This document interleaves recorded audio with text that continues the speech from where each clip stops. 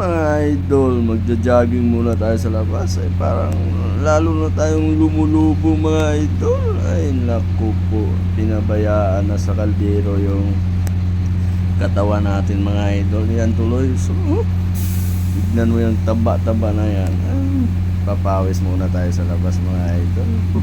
Kaya nagsuot si Kulokoy ng sapatos at saka mag-jogging sa labas. Hirap yung walang exercise yung katawan natin mga idol, bigat sa pakiramdam.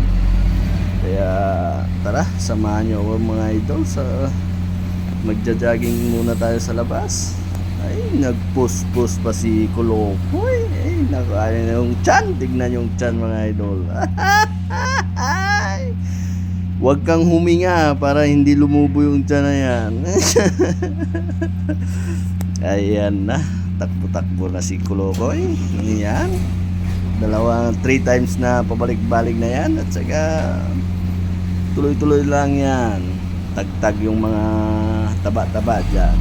Sarap yung papawis dyan mga idol. Mahirap magpapayat. Ang bilis tumaba pa yung magpapayat mga idol. Ay sobrang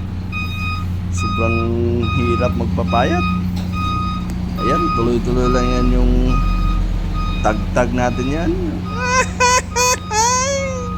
Lahat na lang ng talon-talon ginawa ni Kulokoy para mapawisan dyan si Kulokoy na yan. Ay, sarap ng exercise na. Ang ganda ng panahon ngayon mga idol. Wala kasing kalaro sa basketball, kaya tayo na mag-isa mag-exercise mga idol. Ay, naku po. Ayan na, pagkatapos ng exercise mga idol, tambay muna tayo dito sa labas. Chay-chay. Ay, sarap sa pakiramdam. Ay, naku po. Inayos na yung upuan niyo mga idol. Ayan na. Sarap mag-chay pagkatapos ng exercise mga idol. Sarap ng higop. Wow. Thank you mga watching mga idol. God bless all.